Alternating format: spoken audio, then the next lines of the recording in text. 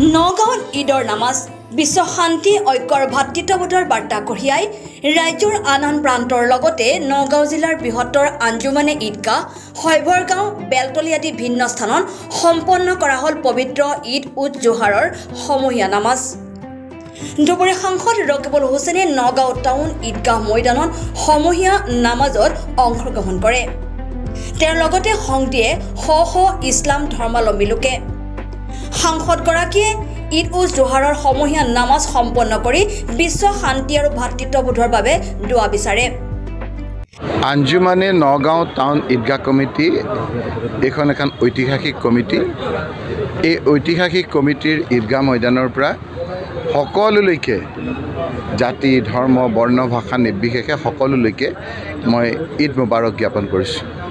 ইয়াৰ যোগেদি আমাৰ মাজত যাতে আৰু অধিক মিলা প্ৰীতি বাঢ়ে, সকলোৱে যাতে সুখ শান্তিৰে থাকিব পাৰোঁ, নিজৰ ল'ৰা ছোৱালীকেইটা লৈ ভয় ভীতি নোহোৱা এটা পৰিৱেশত যাতে আমি থাকিব পাৰোঁ, আজি সমূহীয়া হিচাপে আমি মহান আল্লাহ তাআলাৰ ওচৰত সেইটোকে মুনাজাত কৰি আল্লাহ তাআলাৰ ওচৰত আৰজ কৰিছোঁ, বিচাৰিছোঁ।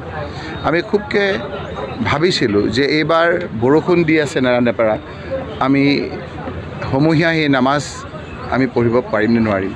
সেইকাৰণে আল্লাহ তাআলাক আমি লাখ লাখ শুক্ৰিয়া আদায় কৰিছোঁ, ধন্যবাদ জ্ঞাপন কৰিছোঁ যে তেখেতে আজি এটা সুন্দৰ পৰিৱেশত এই সমূহীয়া নামাজ ঐতিহাসিক আঞ্জুমানে নগাঁও টাউন ঈদগাহ কমিটিৰ ঈদগাহ ময়দানত পঢ়াৰ কাৰণে আমাক সুবিধা দিলে।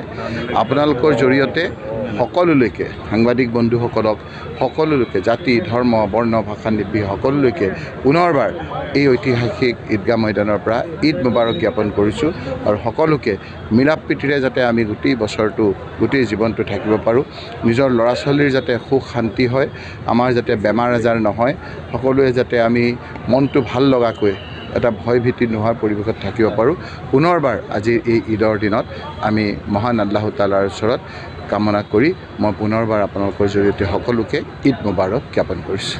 ৰাইজ, আমাৰ অসমবাসী ৰাইজ বা আমাৰ বিশ্ববাসী ৰাইজক চবকে ঈদ মুবাৰক জ্ঞাপন কৰিছোঁ। আৰু এই ঈদে আমি দোৱা মাগিছোঁ যে আমাৰ যোনখিনি জাতি বৰ্ণ নিৰ্বিশেষে আমি যে ভালকৈ থাকিব পাৰোঁ আৰু আমাৰ যোনটো ভাতৃত্ববোধৰ যোনটো এনাজৰীডাল সেইটো যে আৰু মজবুত হওক আৰু ভালকৈ হওক, এইটো আমাৰ আল্লাহ তাআলাক দোৱা কৰিছোঁ। আৰু আমাৰ আহি থকা দিনটো চবৰে যে ভাল হওক আৰু যোনখিনি নিজৰ সপোনখিনি আছে সেইখিনিও যে চবৰে পূৰণ হওক, সেইখিনিও আমি আল্লাহৰ ওচৰত দোৱা কৰিছোঁ।